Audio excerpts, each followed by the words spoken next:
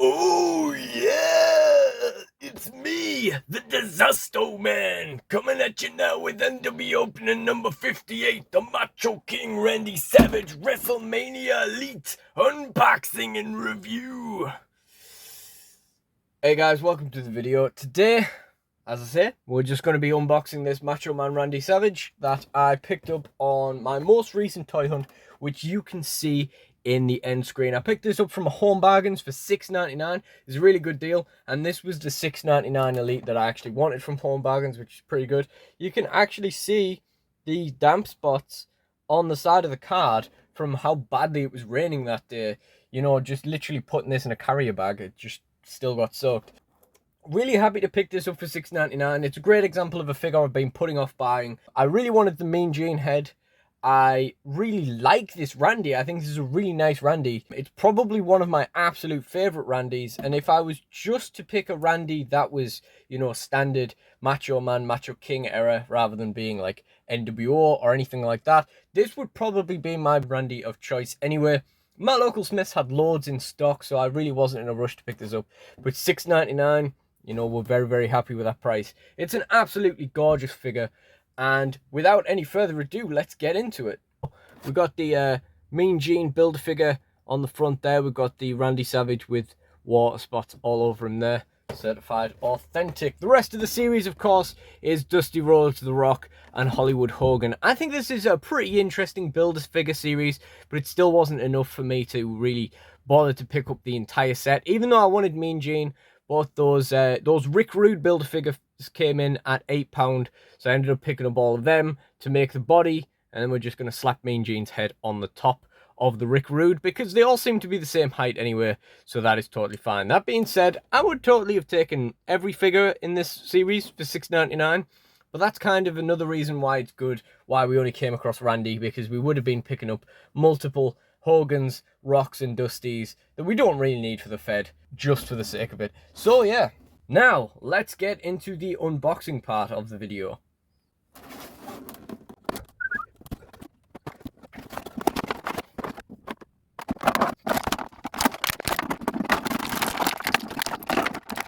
Man, he's really stuck in there. He really didn't want to come out that bubble.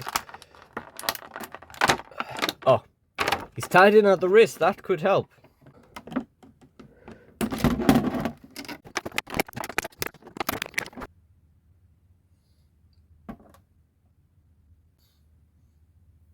Okay, so initial impressions of the figure. This thing is just absolutely gorgeous. Like, the colors on this are really, really nice.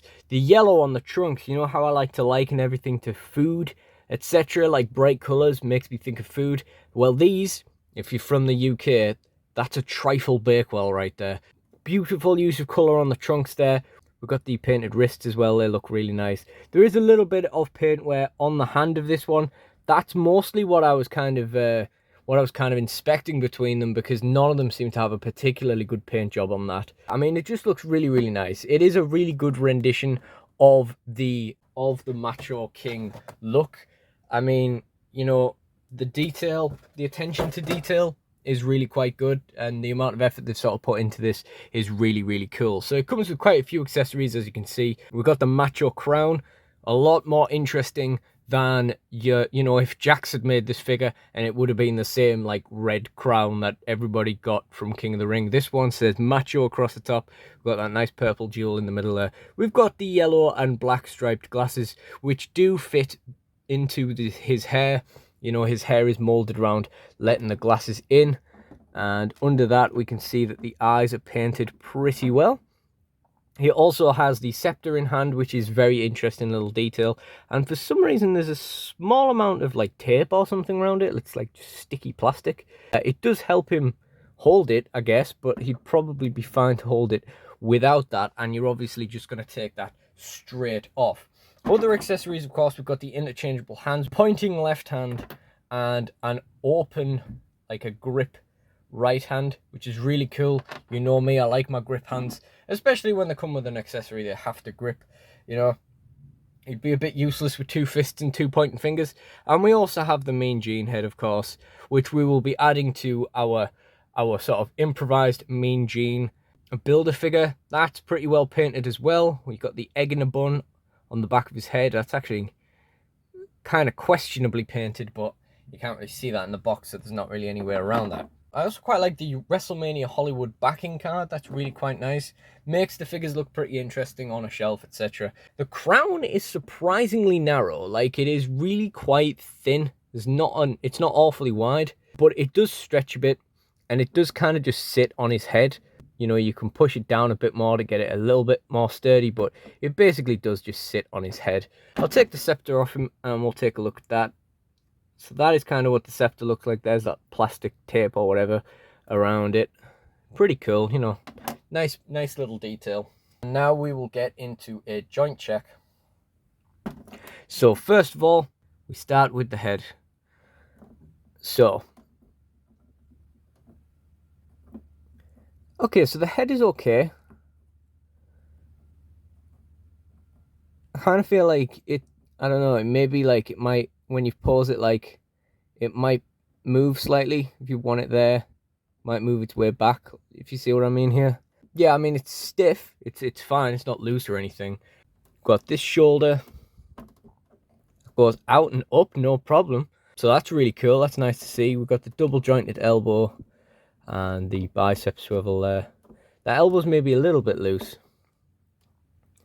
And the wrist is okay for an interchangeable wrist. And this shoulder goes right up and right out as well. Hey, maybe we've beat the curse of the stiff shoulder figures that we keep getting on these NWO openings. I've had quite a few stiff ones lately, and I've also had quite a lot of people talking about how a lot of the double jointed elbow figures have like at least one stiff shoulder. That seems to have been an issue that's been rearing its head again recently. But yeah, that's cool. That elbow is also fairly loose. The bicep's okay. I mean, it's stiff enough to hold its shape. I'm just kind of concerned, you know, how much looser it gets from there. And that wrist is pretty good. Torso joint.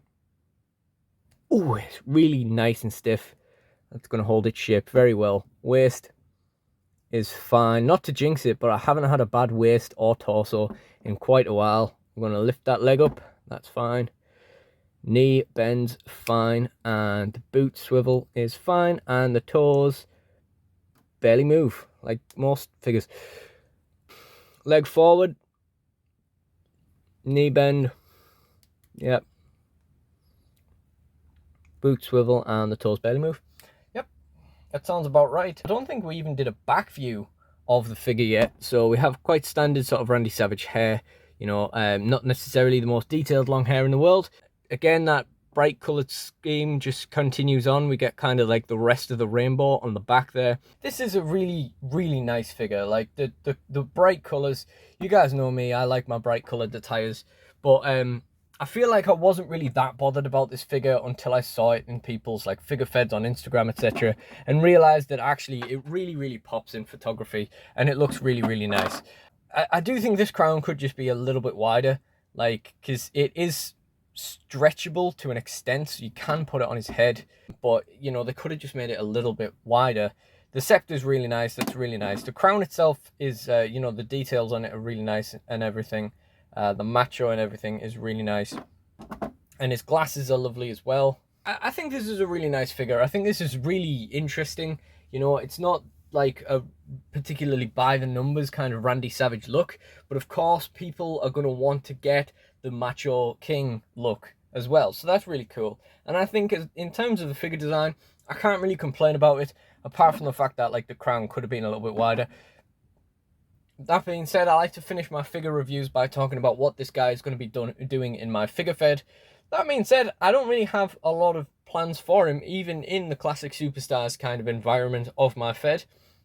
I don't have any immediate plans. He's just kind of another legend to chuck in the division. And, you know, I'm sure he'll do fine there, but I don't have any specific plans. And what we're going to do to finish this video off is we're going to finish assembling my jerry-rigged ad hoc Mean Gene Okerlund Build-A-Figure. So here we have the Rick Rude Build-A-Figure representing the eponymous time where he appeared on WCW and WWF on the same night with different facial hair.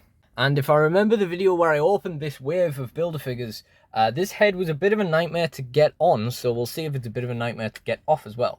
So we'll take his briefcase off him, and no, that was fine. And then we'll pop Mean Gene on.